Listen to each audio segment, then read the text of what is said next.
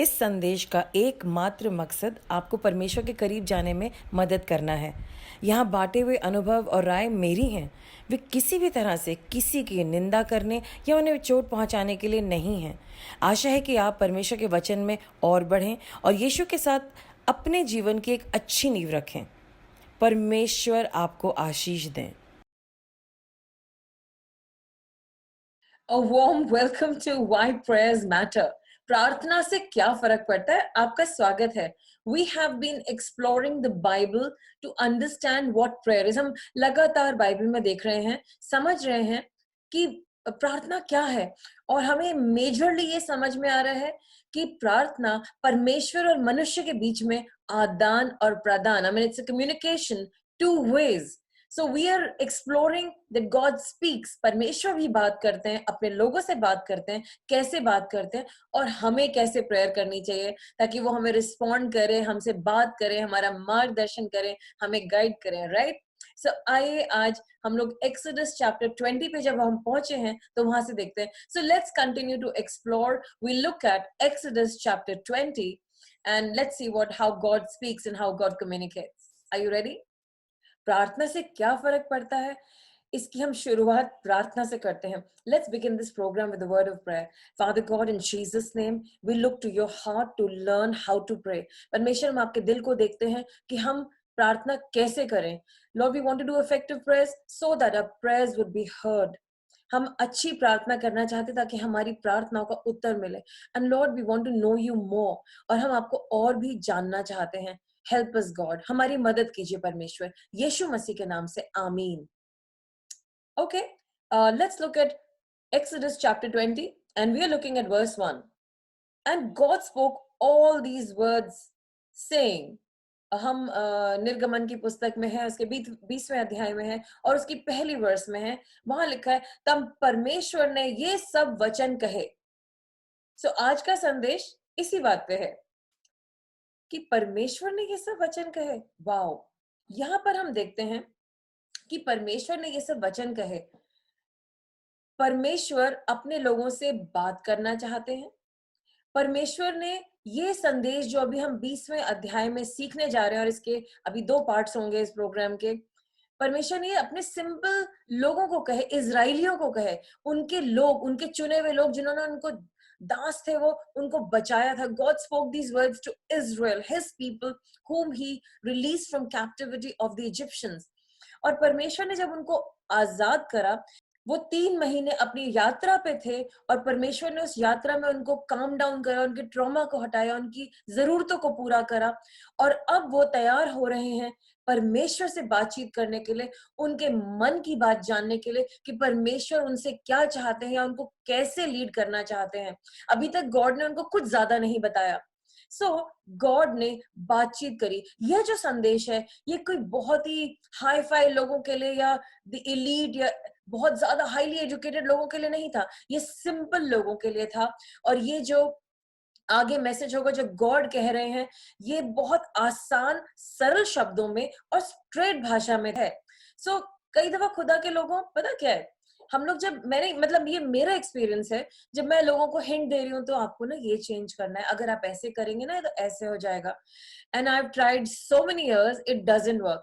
और मतलब वो एक बड़ा स्वीट तरीका होता है, and I want to be sweet, लेकिन जब मैं लोगों से स्वीटली बात करती हूँ, उन्हें समझ में नहीं आता. अच्छा, और जब मैं उन्हें स्वीटली बताती हूँ, वो उस बात को कई दफा सीरियसली नहीं लेते. लेकिन जब मैं उनसे सीधी बात करती हूँ, डायरेक्ट टू द पॉइंट, एक तो मेरा टाइम बचता है, उनका टाइम कॉम्प्रिहेंड करने में बचता है, क्योंकि उनको मुझ पे भरोसा है कि मैं सीधी बात बोल रही हूँ. उन्हें बुरा जरूर लगता है कि इन्होंने सीधी सीधी बात बोली, लेकिन काम अगले दिन हो जाता है. और मुझे अच्छा लगा जब मैं आज इस बात पे मनन कर रही थी कि परमेश्वर ने सीधे साधे शब्दों में अपने लोगों को कुछ आज्ञाएं दी. और ये जो आज्ञाएं हैं या ये जो नियम है, क्योंकि परमेश्वर का वचन उनका नियम है, ये परमेश्वर का वचन उनको डिसिप्लिन में रखने के लिए था कि क्या करना चाहिए, क्या नहीं करना चाहिए. परमेश्वर ने ये समझा कि उनको क्लैरिटी देनी जरूरी है. और परमेश्वर ने, सबसे इंटरेस्टिंग बात है, ये नियम देने से पहले, लिखने से पहले, परमेश्वर ने ये उनसे बात डायरेक्टली की. खुदा के लोगों ने, इज़राइल के लोगों ने गॉड की आवाज सुनी, बहुत ही अथॉरिटेटिव आवाज जिसमें पूरा दम था, खुदा की आवाज सुनी कि खुदा की क्या आज्ञाएं हैं।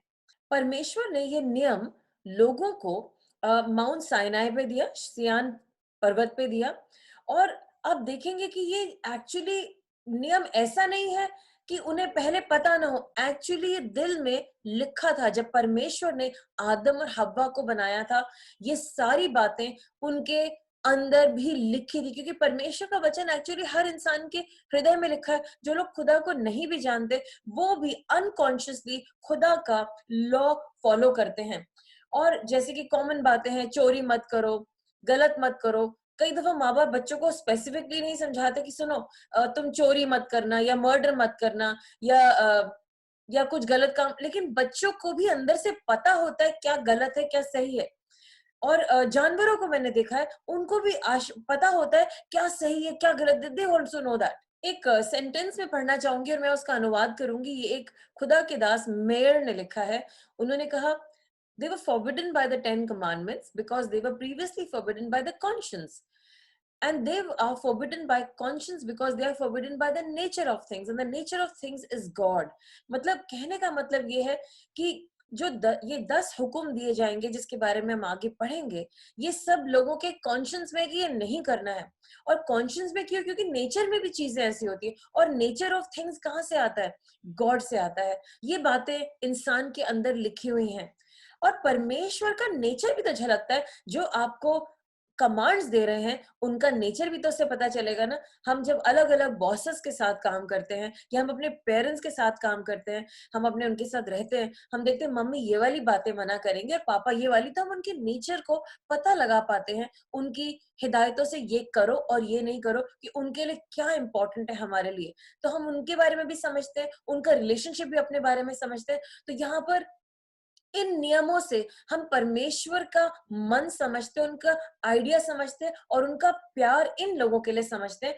और हमेशा जब भी पेरेंट्स अपने बच्चों पे नियम लगाते हैं, इसका मतलब है पेरेंट्स स्ट्रिक्ट है और बहुत ही केयरफुल हैं। और जब हम देखते हैं कि वो किसके लिए नियम है, तो हम देखते हैं कि इन लोग को इनके संग कितना ज्यादा, किस लेवल पे प्यार है। तो ये बातें आइडेंटिफाई दोनों पार्टीज को करती है। यहाँ हम देखते हैं कि जो गॉड के नियम है, वो हमें दिखा रहे हैं कि गॉड प्यार करने वाले हैं, टोटली डेडिकेटेड हैं, और साथ में जिनसे वो प्यार करते हैं वो टू मच प्यार करते हैं, और वो उनको बगैर एक दायरे के छोड़ नहीं सकते। So we identify both the things, right. हम ये भी देखते हैं कि हर कल्चर में जो लोग यीशु मसीह को फॉलो भी नहीं करते, गॉड को फॉलो भी नहीं करते, सब कल्चर्स में, सब धर्मों में कुछ ना कुछ नियम होते हैं, और ज्यादातर आप देखेंगे नियम लगभग एक ही जैसे होते हैं, पर कुछ अंतर होते हैं, वो हम थोड़ी देर में देखने जा रहे हैं। जब हम परमेश्वर के नियमों को देखते हैं, जो गॉड ने बोला, पहली वर्स है गॉड ने बोला, तो हम देखते हैं कि ये जो नियम है, ये जो नियम देने वाले हैं परमेश्वर, एक्चुअली दे चुके हैं, लेकिन हम जिसके बारे में अगले हफ्ते पढ़ेंगे, ये जो नियम है, ये परमेश्वर का डिसिप्लिनरी कोड है, एक मोरालिटी कोड है, ये इंसानों का नहीं है। और जब हम दूसरे देवी देवता के कोड्स को देखते हैं, कई दफा हम देखते हैं कि उन लोगों में इंसानों से भी ज्यादा गलत बातें हैं। लाइक वो लोग कुछ ऐसी चीजें कर रहे हैं जो पवित्र नहीं है। परमेश्वर अपने नियम से भी ऊपर और पवित्र हैं। और हम जब देखते हैं दूसरी चीजें, दूसरे लोग जो अपने आप को क्लेम करते हैं कि मैं भगवान हूँ, लेकिन हम उनकी लाइफ्स के बारे में जब हमें पता चला बहुत गलत कर रहे हैं वो लोग, और उन्होंने लोगों के साथ अन्याय भी किया है, तो आप समझ रहे हैं ना फर्क। हम आगे देखते हैं कि जो इज़राइल का देश है, वो गॉड का है, और गॉड ने अपने लोगों के लिए अपना नियम दिया है। कई दफा कहते हैं ये जो नियम थे ना, 10 कमांडमेंट्स, ये मोसेस के थे। नो, वो मोसेस के नहीं थे, वो गॉड के थे। वो किसी इंसान के नहीं थे, वो गॉड के थे। God and man. मूसा सिर्फ एक बीच में मध्यस्थता करता था, वो सिर्फ उन लोगों का रिप्रेजेंटेटिव था, और गॉड का भी रिप्रेजेंटेटिव था, जो हमने देखा है। So this was God's law. और हम देखते हैं कि फर्स्ट वर्स कह रही और परमेश्वर ने कहा, वहां पर ये नहीं लिखा कि मूसा ने कहा। सो आपको ये बात लगातार याद रखनी पड़ेगी कि परमेश्वर ने ये नियम इंसानों के लिए बनाया, और नियम परमेश्वर जो है, परमेश्वर के द्वारा है, मनुष्य के लिए है। जितने लोग हिस्ट्री फ्रीक्स हैं, जो हिस्ट्री को बहुत पसंद करते हैं, उन्होंने पढ़ा होगा या हम लोगों ने अपनी हिस्ट्री में पढ़ा था code of हामुराबी।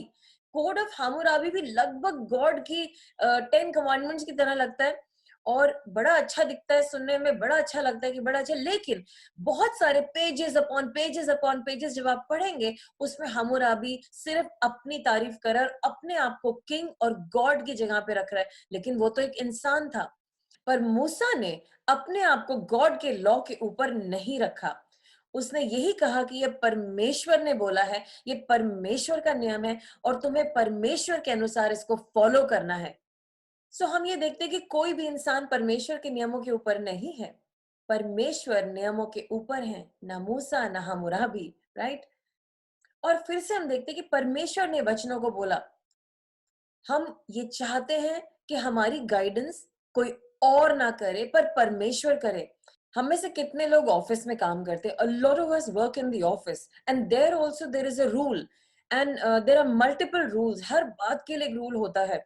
So uh, it is good. Why do we need the rules? So that there is a guidance. ये कर सकते हैं, ये नहीं कर सकते हैं। We need to continue to know that. And moral चीजें भी हैं कि आप किसी के साथ बुरा व्यवहार नहीं कर सकते, आप किसी को मार नहीं सकते। All those things are important. और परमेश्वर के लोगों को एक इंस्ट्रक्शन चाहिए थे, क्लैरिटी चाहिए थी ताकि वो आगे जा सके। और उनसे एक्सपेक्ट किया जा रहा था, गॉड एक्सपेक्ट कर रहे थे कि वो लोग एक तरीके से ढंग से चलेंगे और अगर गलत करेंगे तो उसके परिणाम होंगे, सही चलेंगे तो उसके भी परिणाम होंगे। और हम जब देखते हैं कि इसका मतलब क्या है, इन सारे नियमों को का मेन पर्पस क्या था या गॉड के जो कमांड्स थे वो क्या थे? एक तो गॉड ये देखना चाहते थे ओबे करेंगे कि नहीं करेंगे, फिर वो देखना चाहते थे कितना ओबे करेंगे, कितना डिसोबे करेंगे। साथ में एक रिवॉर्ड का भी सिस्टम था और पनिशमेंट का भी सिस्टम था। और कंपनीज में भी ऐसे ही कुछ होता है। एक्चुअली जो भी अच्छी संस्था है, हो ही नहीं सकता कि वहां पर नियम ना हो। आजकल बस ये हो गया है कि जो मॉडर्न फैमिलीज हैं, पेरेंट्स अपने बच्चों को कोई नियमों में नहीं रख रहे हैं, वो सोचते हैं कि वो कूल पेरेंट्स हैं। और इसी वजह से जो करंट जनरेशन के लोग हैं, वो कोई भी बिहेवियर ढंग का नहीं दिखा पा रहे हैं क्योंकि उनके माँ बाप ने उनको रोका ही नहीं है।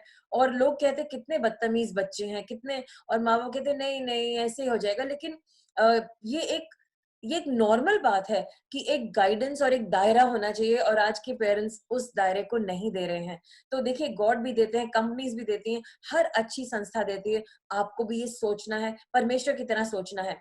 जब मैं बच्चों के भी बारे में बात करती हूँ, मैं कह रही हूँ हर संस्था में नियम होते हैं। आजकल लोग गॉड बेस्ड मॉरल सिस्टम को फॉलो नहीं करना चाह रहे, उन्होंने अपना ही एक मॉरल सिस्टम बना लिया है और कह रहे हैं कि नहीं नहीं, गॉड बेस्ड बहुत कठिन है और ये तो उन्हीं लोगों के लिए था, जूस के लिए था, ये हमारे लिए कैसे हो सकता है। इनफैक्ट मैंने सुना एक 1980 में 10 वॉलंटरी इनिशिएटिव्स लिए थे एक मीडिया मुगल ने, टेड टर्नर ने। और उसके मेरे को बड़े फनी लगे। उसने लिखा कि आई हैव प्रॉमिस कि आप लव एंड रिस्पेक्ट करोगे प्लैनेट अर्थ को। और फिर उसने और भी लिखा कि सारे लोगों को अच्छे से करोगे, so that's a good one, अच्छे से ट्रीट करोगे। I promise no more than 2 children, 2 से बच्चे ज्यादा नहीं होंगे, या जो भी वो देश कहता है। Then another one he said that हम नॉन रिन्यूएबल रिसोर्सेज को अब्यूज नहीं करेंगे, टॉक्सिक केमिकल्स, पेस्टिसाइड्स को यूज नहीं करेंगे। फिर ये भी है कि I reject to use the force, military force, और यूनाइटेड नेशंस के साथ हम चलेंगे जब भी कुछ गलत होगा। तो इस तरीके से उसने कुछ रूल्स बनाए थे।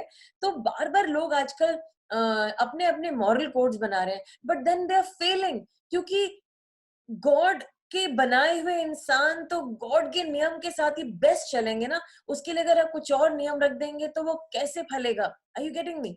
सो और वचन कहता है रोमियो 7 के 12 में कि परमेश्वर का वचन पवित्र है, उसका नियम पवित्र है और जस्ट है और अच्छा है। और साथ में जेम्स चैप्टर 1 वर्स 17, वहां पर लिखा है every good and perfect gift comes from God, हर अच्छी चीज परमेश्वर से आती है। तो ये जो नियम है ये भी तो अच्छे हैं ना, ये भी तो एक गॉड का गिफ्ट है।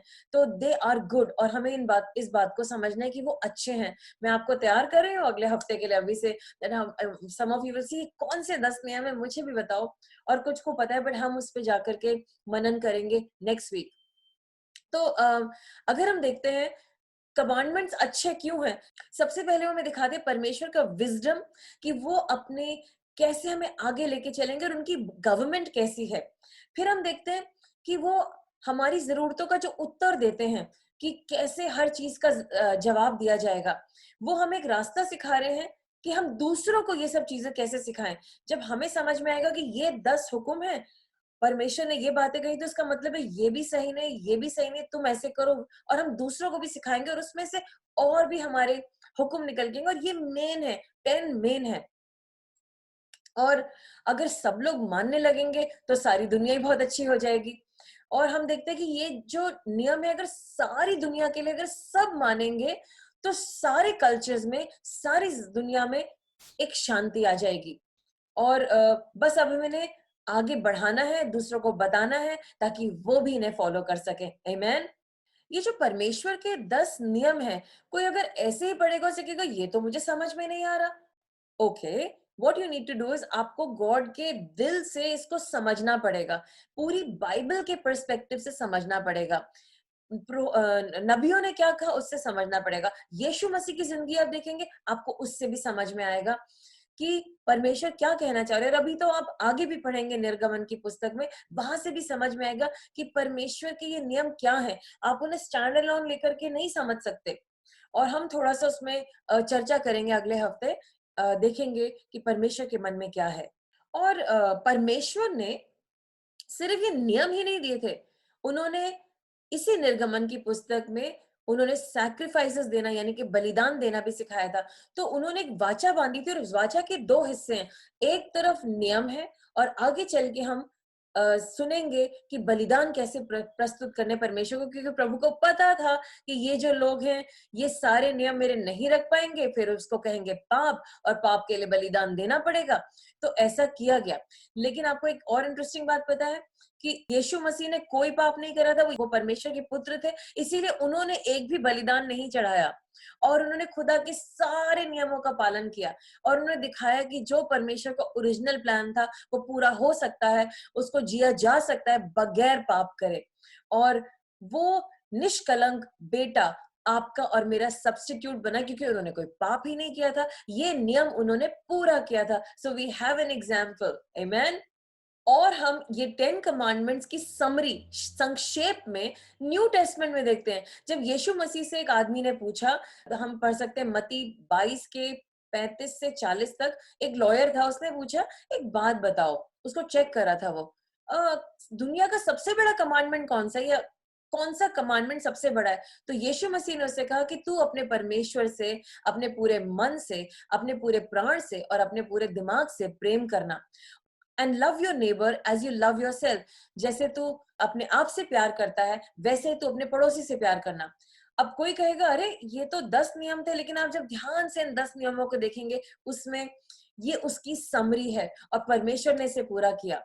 फिर हम आगे देखते हैं गलेशियंस 3:22-25 में। जो नियम है वो एक तरह का स्कूल मास्टर है। स्कूल मास्टर कुछ दिन तक शिक्षा देता है, उसके बाद इंसान गॉड की शिक्षा लेता है, वो डायरेक्टली चलता है। तो ये कुछ दिन के लिए था, वो हमारे को बाउंड करा हुआ था, उसने हमें पकड़ा हुआ था, और उसने हमें संभाल के भी रखा हुआ था। लेकिन अब जब हमें परमेश्वर यीशु मसीह मिल गए, जिसे परमेश्वर यीशु मसीह ने स्वतंत्र किया, वो सचमुच में स्वतंत्र है, और यीशु मसीह के बलिदान के द्वारा हम लोग स्वतंत्र हो गए। तो हम देखते हैं कि नियम का क्या पर्पस है। तो हम देखते हैं, एक तो ये दायरा है जो हमारे को सही रास्ते पे रखता है। एक तरफ से ये एक आईना है, जिसको हम देख करके अपनी जिंदगी को सही कर सकते हैं कि अरे सही है कि नहीं है। और साथ में ये हमारा मार्गदर्शन करता है, और हमें दिखाता है परमेश्वर का दिल अपने लोगों के लिए क्या है, और हमें किस पाथ पे चलना है, किस रास्ते पे चलना है। आमेन। और आगे चल के हम देखेंगे अगले हफ्ते कि जो 10 नियम है, उनके 2 विभाजन है। पहले 4 परमेश्वर से रिलेटेड हैं, और बाकी के 6 मनुष्य से रिलेटेड हैं। और ये नियम, इनफैक्ट इसके ऊपर एक बहुत अच्छी मूवी भी बनी थी, जो पुरानी मूवी थी। अगर आपको देखनी है तो आप उसे प्लीज देखिए, वो यूट्यूब पे जरूर अवेलेबल होगी। 10 कमांडमेंट्स, नई 10 कमांडमेंट्स हम लोग देखने गए थे, लेकिन उसमें बहुत कुछ गलत है। वो बिब्लिकल नहीं है। आप नई वाली बिल्कुल भी मत देखना, इट्स वेरी कंफ्यूजिंग, आप कंफ्यूज जाएंगे। वैसा बिल्कुल भी नहीं हुआ। लेकिन 10 कमांडमेंट्स जो पुरानी वाली, आई थिंक 1950s में 60s में बनी थी, वो इतनी अमेजिंग है खुदा के लोगों। क्योंकि मुझे ज्यादा बाइबल तो नहीं आती थी जब मैं छोटी थी, मेरे मम्मी पापा मुझे लेकर के गए थे मूवी देखने के लिए, और ऐसी मूवी देख करके मैं रोंगटे खड़े हो गए थे मेरे, कि कैसे खुदा ने अपने लोगों को इजिप्ट से बाहर निकाला और फिर 10 हुक्म दिए। और खुदा के लोगों, परमेश्वर का एक ही मन है कि आप और मैं उनके नियमों के अनुसार चलें। आज मैंने आपको एक दायरा दिया, just given you an understanding कि परमेश्वर आपसे क्या चाहते हैं। वो क्या चाहते हैं कि आप लोग कैसे अपने जीवन को लीड करें, और ये उनका मन है। वो अगर परमेश्वर है और अगर हमारे पिता हैं तो वो हमें लीड करेंगे, और अगर हमें लीड करेंगे तो वो एक्सपेक्ट कर रहे हैं कि हम उनके अनुसार चलेंगे। God loves us and he wants us to obey. खुदा के लोगों, आज मैंने एक चीज सीखी दैट हमारी जो प्रेयर है ना, अगर कैरेक्टर के लिए होगी तो बहुत अच्छी होगी। और ये सारे नियम कैरेक्टर को डिफाइन करने की मदद कर रहे हैं। और कैरेक्टर वो है जिसके लिए गॉड कहेंगे वेल डन। हमें हमें नहीं पता what works well for us. तो अगर हम गॉड की गाइडेंस के अनुसार चलेंगे, हमारा कैरेक्टर चेंज होगा। हमें जब प्रेयर करनी चाहिए नई जॉब के लिए, स्टॉप, पहले कैरेक्टर के लिए प्रेयर करिए। इससे पहले कि आप हस्बैंड वाइफ ढूंढे, आप कैरेक्टर के लिए प्रेयर कीजिए। इससे पहले कि आप मतलब कुछ भी गॉड से मांगे कि मुझे नई गाड़ी दो, गेट कैरेक्टर। इससे पहले कि आप फाइनेंसेस के लिए प्रेयर करें, pray for character. Because character होगा तभी तो सारी चीजें आपके साथ रह पाएंगी, नहीं तो सब गायब हो जाएंगी। और ये सारे लॉज जो हैं, ये हमें हमारे कैरेक्टर को दायरे में लेके आते हैं, हमारी को शेप करते हैं। हमारा कैरेक्टर हमारा रिलेशनशिप गॉड के साथ शेप करता है, इंसानों के साथ शेप करता है। हमारा चरित्र बहुत जरूरी है, और नियम चरित्र बनाते हैं। नियम से चरित्र को मार्गदर्शन मिलता है, एक शेप मिलता है। तो हम खुदा के मार्गदर्शन से दूर ना जाए, हम खुदा के नियमों से डरे ना, ये अच्छे होते हैं। और हमें इसमें मनन करना है। आप लोग आज प्रार्थना कीजिए, परमेश्वर मुझे अपने नियम बताओ, अपने लॉज बताओ, मेरे दिल पे, वो मेरे जो दिल पे छपे हुए वो उठ करके आए, मैं उनको मानने लगूं और अपने मन की इच्छाओं को नहीं। जो चीजें गलत है वो मेरी लाइफ से चली जाएं, जो अच्छी है वो आ जाएं। मैं आपके नियमों पे चलूं। और प्रभु, जो भी चीजें मैं बिलीव नहीं कर रहा हूँ और मैं ध्यान नहीं दे रहा हूँ, जिन चीजों को मैंने कैजुअली छोड़ा हुआ है, वो हट जाए यीशु के नाम से। आप ऐसे करिए, और आप देखेंगे कि आपकी लाइफ में चेंजेस आने शुरू हो जाएंगे। आप ज्यादा से ज्यादा गॉड की बातें मानने लग जाएंगे और लाइफ इजी हो जाएगी। आपको खुद भी मांगना है। और अभी तो हमारे पास पवित्र आत्मा जी है, यीशु मसीह का उदाहरण है, तो हमारे लिए तो बहुत इजी है। अगर यीशु मसीह कर सकते हैं तो हम भी कर सकते हैं। और पवित्र आत्मा जी तो हमारी कमजोरी में हमारी मदद करते हैं। Wow, isn't it wonderful, so easy. इजराइलियों के लिए मुश्किल था, जबकि गॉड उनके साथ चलते थे। हमारे पास तो यीशु का एग्जाम्पल है, और हमारे पास पवित्र आत्मा जी की मदद है हमारी कमजोरियों में। आइए हम लोग प्रार्थना करें। परमेश्वर, मैं आपका धन्यवाद देती हूँ कि ये जो आपने नियम दिए, ये अच्छे हैं। नियम अच्छे हैं क्योंकि वो हमारे कैरेक्टर को बिल्ड करते हैं। नियम अच्छे हैं क्योंकि वो हमें स्ट्रॉन्ग करते हैं, हमें गाइड करते हैं, हमें क्या करना चाहिए, क्या नहीं करना चाहिए। धन्यवाद आपके नियमों के लिए परमेश्वर। हम सब आपके नियमों के अनुसार चलने वाले हों। और प्रभु, जब आप आने वाले हैं, हम सब आपके साथ जाने वाले हों, हम यहाँ पीछे ना रह जाए। हेल्प अस गॉड, यीशु के नाम से मांगते हैं, आमीन। So we learn some very valuable lessons and how God speaks and what is behind his speech. आज हमने बहुत महत्वपूर्ण बातें सीखी कि परमेश्वर कैसे बात करते हैं, और वो उसके पीछे उनका दिल क्या है, वो क्या क्या कह रहे हैं। सो आई थिंक आपको कुछ समझ आया होगा। ऑफ कोर्स हम सब गॉड की बातों को, सारी बातों को डिटेल में और बहुत गहराई में नहीं समझ सकते, लेकिन जो सिंपल बातें हैं, जो सिंपल मार्गदर्शन है, वो समझ सकते हैं। आई होप आपको एनकरेजमेंट मिली। I believe that you were encouraged today to understand some of the communication of God, which is made simple for you and me. Thank you for your time.